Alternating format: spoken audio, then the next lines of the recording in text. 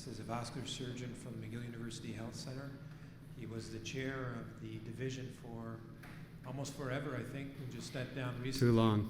Long time. He's also a member of our aortic clinic, which has cardiology, vascular surgery, and cardiac surgery, and also genetics, where we also follow all the type A and type B dissections. So interesting to hear what you have to say, Oren.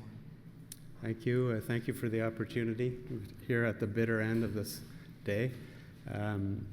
Basically, my talk, there's not a lot of, I don't have a lot of data to present to you because there isn't a lot of data regarding acute type B dissections in patients with inherited aortopathy. So if I was in a situation like the physician that was meeting Mr. Galley and his family, I probably would take a similar kind of step back. Say if the resident called me in the middle of the night and said there's a patient here with a patient with Loeys-Dietz syndrome with an acute type B dissection, I probably, before I start rattling on the protocol and the algorithm, I'd probably stop, get on my computer and look up to see if I could find anything. So I'll give you a little bit of what I found, what I would have found if I had that situation. So I have no disclosures. So a dissection, basically an intimal tear that propagates through the wall, creating a flap and a re-entering most often distally. If the dissection creates a weakness in the aortic wall, obviously will form an aneurysm. So what we're talking about, differentiate between acute and chronic dissections. We're talking about an acute dissection basically within 2 weeks of presentation versus a subacute or a chronic dissection. We're not talking about type A dissections in this talk. We're talking about type B dissections, basically patients in which the tear occurs usually in the descending thoracic aorta and involves the distal aorta. It might involve the arch, but it certainly doesn't involve the ascending aorta. That's the domain of a cardiac surgeon, not a vascular surgeon. I don't get called very much for that unless things are really going badly.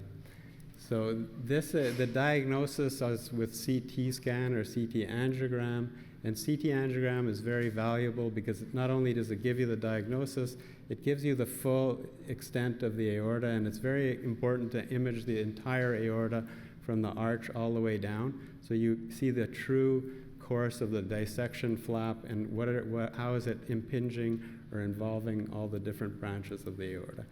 The key for management of an acute dissection is medical management. That means having the patient in a monitored setting, blood pressure lowering, and pain control. We're looking for a blood pressure between 100 and 120 systolic, a heart rate of less than 60, usually with beta blockers and other medications. The goal is to prevent the propagation of the dissection, stabilize the aorta, prevent an aneurysm formation. So from IRAD data, all comers, approximately 73% of acute type B aortic dissections can be managed so-called conservatively, that is with medical therapy. In-hospital mortality, approximately 10%, and survival is pretty good. So what medical management doesn't mean just give the drugs and forget about the patient and discharge to the floor later. It means serial imaging of the aorta over the course of hours, days, weeks sometimes, to evaluate what is the evolution of the dissected aorta. On top of medical management, there are various interventions that we do to treat type B aortic, acute type B aortic dissections, and that is when we have these following: aneurysm, aortic rupture, aneurysm, malperfusion syndromes, or if medical therapy is failing and we have continued uncontrolled hypertension and refractory pain. So rupture can easily be visualized on a CT scan, and it usually will come along with hemodynamic collapse. Aneurysm, again, on your serial imaging, you'll see an evolution in the diameter of the aortic. There are various malperfusion syndromes. Malperfusion syndromes basically occurring because of the course of the dissection flap, either in a static way on the image on the left, where the dissection goes directly into the branch and it causes occlusion or ischemia, or a dynamic syndrome in which the flap is intermittently or permanently pressed against the branch due to a differential in pressure between the true and false lumen. So the dynamic obstruction can be an intermittent phenomena. It can vary with the heart rate, and sometimes it's not always evident on the CT scan, and it depends on the timing of the scan. The malperfusion, it can involve pretty much any branch of the aorta, and it's highly variable between individual patients, so it really takes very careful attention to details in evaluating these patients and their scans to appreciate whether the intercostal arteries, mesenteric arteries, renal arteries, etc., are involved, because each of these organs can have ischemia and have a clinical defect, and these patients are at the highest risk for mortality and morbidity after presenting with an acute type B dissection. So the indications for further intervention above medical management is when we have so-called complicated acute type B dissection, this list of indications there. So there are basically two options when you're dealing with an acute type B dissection. You either use an endovascular approach with the TEVAR graft, or you'd use an open approach with open repair. So TEVAR, the goal of the TEVAR is to cover the entry tear, reperfuse the true lumen, and basically try to exclude the false lumen. The TEVAR, as was pointed out by previous speakers, you need proper anatomy to have a stent graft deploy, sit on the aorta, and do the job. You have to have at least 2 centimeter, ideally, proximal and distal landing zones. You have to have a lack of excessive tortuosity, and the quality of the vessel has to be good. It can't be too ectatic or it's not going to work. So TEVAR is very effective, however, in treating malperfusion compared to open repair. And I think that's one of the reasons why the mortality the way we treat type B dissections has gone way down when there's been more of an emphasis with TEVAR. This patient presented with bilateral lower limb ischemia, and you can see there was essentially occlusion of the infrarenal aorta. So he had, and we deployed a TEVAR graft here in the proximal aorta, reperfused the true lumen. You see that the true lumen to false lumen ratio is increased, and this same patient 8 years later now, the aorta has essentially healed. So this patient obviously doesn't have a heritable aortic disease. These grafts we tend to deploy very proximally in the descending thoracic aorta, sometimes overlapping the left subclavian. If the hematoma involves the arch, but it's clear that the tear is in the descending thoracic aorta, we can also deploy the graft more proximally in the aorta and perform various debranching procedures. And sometimes we can do a combination of an open arch procedure with a stented graft distally, Thoraflex or what have you, to treat the patient. But that really depends on the anatomy and the extent of the dissection. So open surgery for an acute dissection essentially means a left thoracotomy. It means proximal distal clamping. It means opening the aorta, opening the dissection flap, sewing a synthetic graft or prosthetic graft proximally and distally, and again in an effort to redirect flow down the true lumen. These procedures are generally done with some kind of circulatory support, such as the atriofemoral bypass, and pretty standard approach. Sometimes when the dissection is very high and involving the arch, like in this patient, we did this procedure under circulatory arrest. We actually did this through the left chest. That was a Marfan syndrome patient.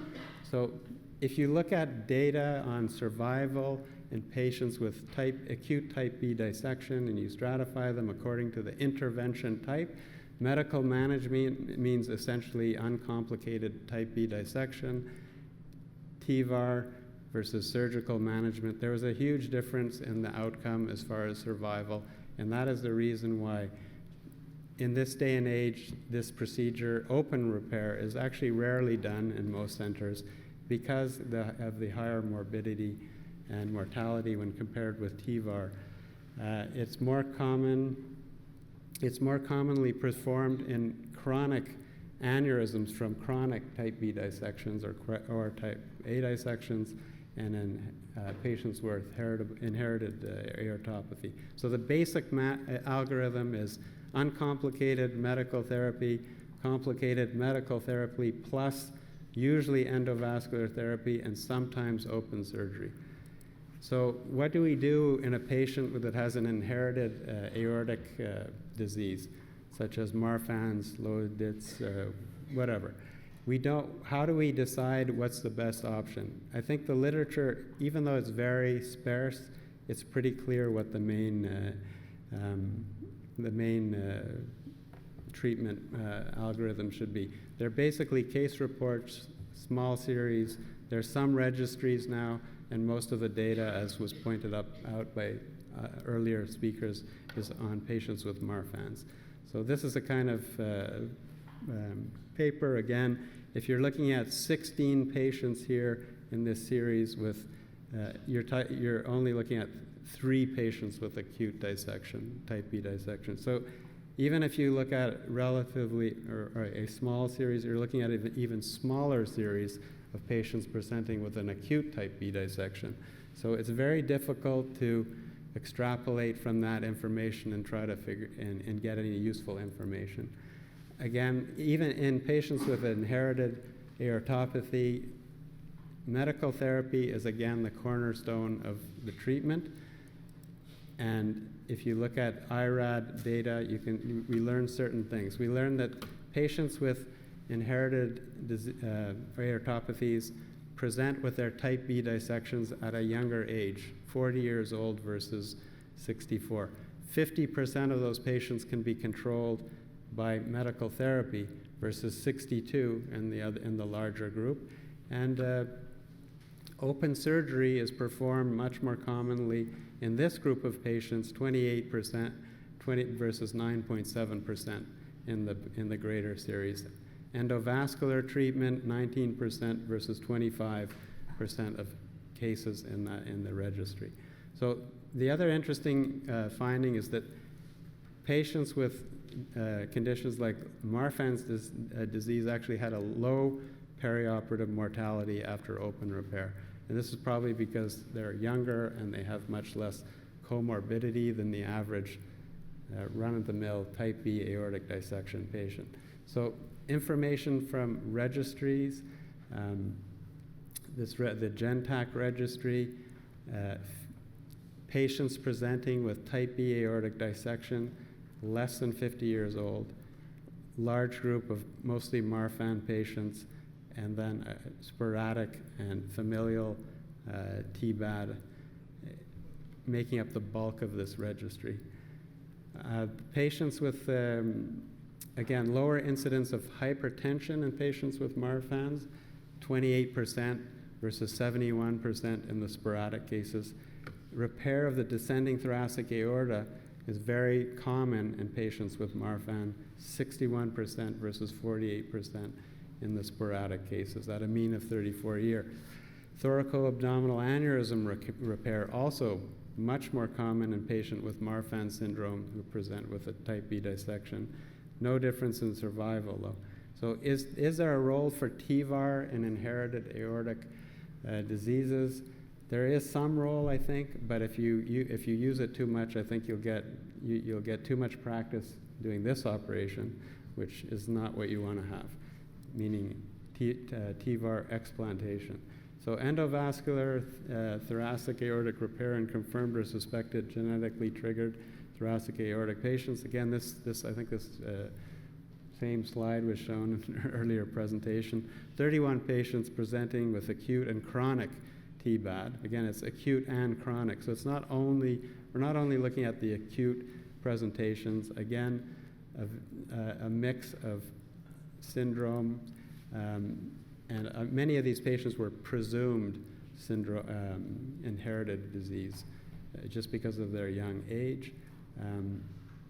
Again, TBAD treated with TVAR, 42% reintervention rate within a median of 9 months, 3 retrograde type A dissections. That basically meant 25% of the stent grafts that were implanted in the native aorta resulted in an acute type A dissection. 10 open thoracoabdominal aneurysms with stent explantation. So what's a retrograde type A dissection post-TVAR? Basically, it means that you convert a bad problem into an even worse problem.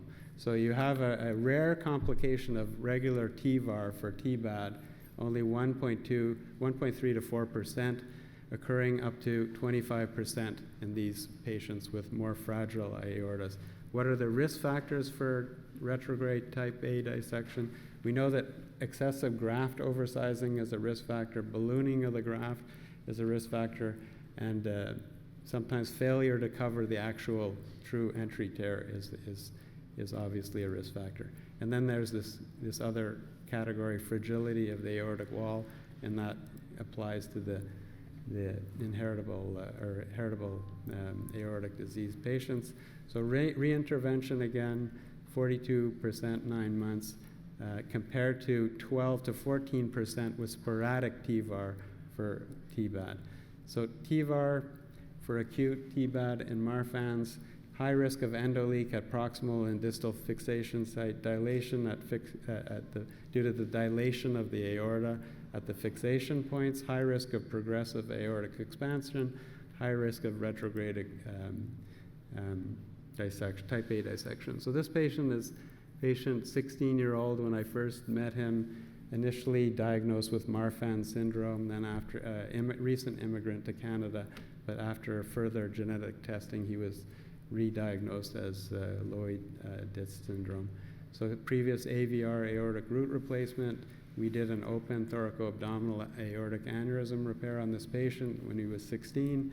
He presented again when he had been followed actually very carefully, closely, no sign of problems. He presented with, in shock with an acute type B dissection. In extremis, so we took the patient to the operating room, we deployed a TVAR graft, stabilized the patient. He survived this hospitalization, spent approximately 4.5 months in the hospital, eventually went home. We were discussing whether we were going to proceed and now replace his aortic arch, but then he presented again a couple of months later with chest pain and acute dilation of his ascending aorta. So within 6 months, his ascending aorta went from this to this, and you can see clearly there's a flap consistent with a type A dissection. This patient underwent arch repair with the distal anastomosis into the TVAR graft, and following him still now at 29 years old. So there is a role. It saved his life, but it clearly was not the solution, long-term solution. From this registry in Norway, we're looking at 57 cardiovascular operations in 35 patients, 9 post-dissection aneurysms distal DR. 8 of these, however, are post-type A dissections. Only 1 case is really TBAD. So again, even when you have a registry of fairly large patients, a fairly large number of patients with a very rare disease, if you really want to drill it down and find out what do you do in TBAD, you have a hard time finding useful information.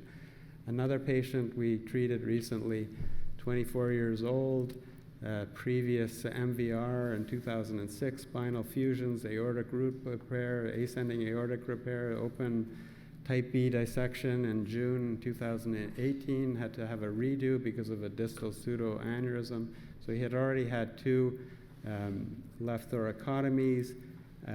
We wanted to, and he had then had progressive dilatation over a 6-month period of his distal descending thoracic aorta from 3.8 to 4.5 centimeters. So we wanted to avoid another thoracotomy. We didn't necessarily want to use a TVAR graft, so we did a similar procedure that was shown here. We performed first, this is my diagram of my the procedure. We did an aorto to biiliac bifurcated graft. We did bilateral bifurcated grafts to the 4 viscera, ligated the proximal renals, SMA, and celiac, and then we deployed a TVAR graft from the old descending thoracic aortic prosthesis down to our new prosthesis, and looks like a good picture. We don't have very much follow-up on this patient so far. So what are good indications for TVAR in inherited aortopathy with type B dissections? I think basically good indications are when you can land grafts and prosthetic material. If you have a patient with prohibitive risk, or if you have a life-saving intervention, but and you recognize that this is just a bridge to a more definitive repair. Again, technical issues in these patients. Yeah, they have high proximal and distal endoleaks, so you really have to, you can't use this if there's any ectasia in the proximal aorta. You have to avoid ballooning the graft. Instead of ballooning the graft, if there's a proximal endoleak acutely, we would favor just putting a distal extension because of the risk of ballooning and the subsequent risk of type A dissection.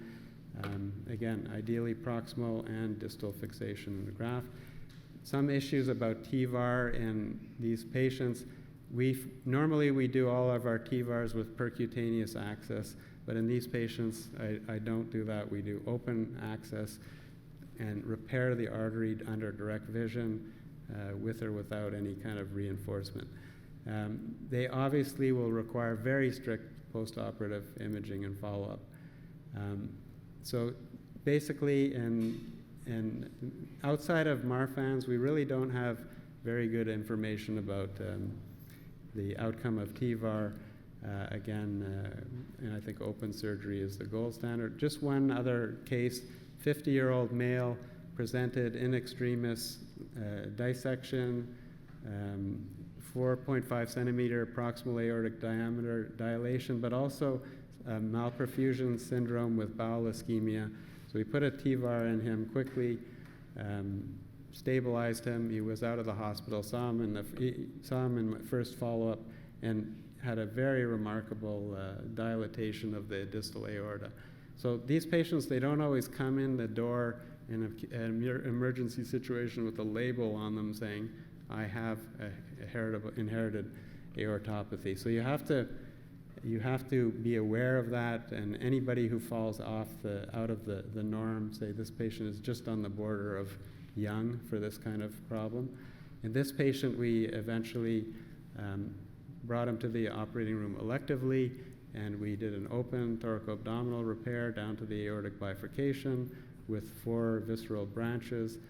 Because he had a TVAR graft and a large aneurysm of 7 centimeters of the proximal aorta, we used a technique that has been described here, where we sewed the proximal graft into the TVAR graft, incorporating the wall of the aorta, and that we did this under circulatory arrest to avoid clamping the TVAR graft and the aortic aneurysm. So you have to suspect heritable disease in these patients who are young, who have concomitant aneurysms elsewhere in the aorta. Certainly if they have clinical extravascular stigmata. If they present with an acute dissection and they are normal, have basically no history of any hypertension, you should be suspicious. You should consider open repair, I think, as a treatment of choice if they're hemodynamically stable, and if it's possible, TVAR if very unstable, or particularly if they have a malperfusion system. So in summary, there's some data, but it's mostly for Marfan. We have little to no data on the other syndromes. Medical therapy is the cornerstone of treatment. Open repair is the treatment of choice. TVAR, high risk, only in special cases, and have a high index of suspicion in patients that don't fit the norm. think that's about it. I think you've probably had enough.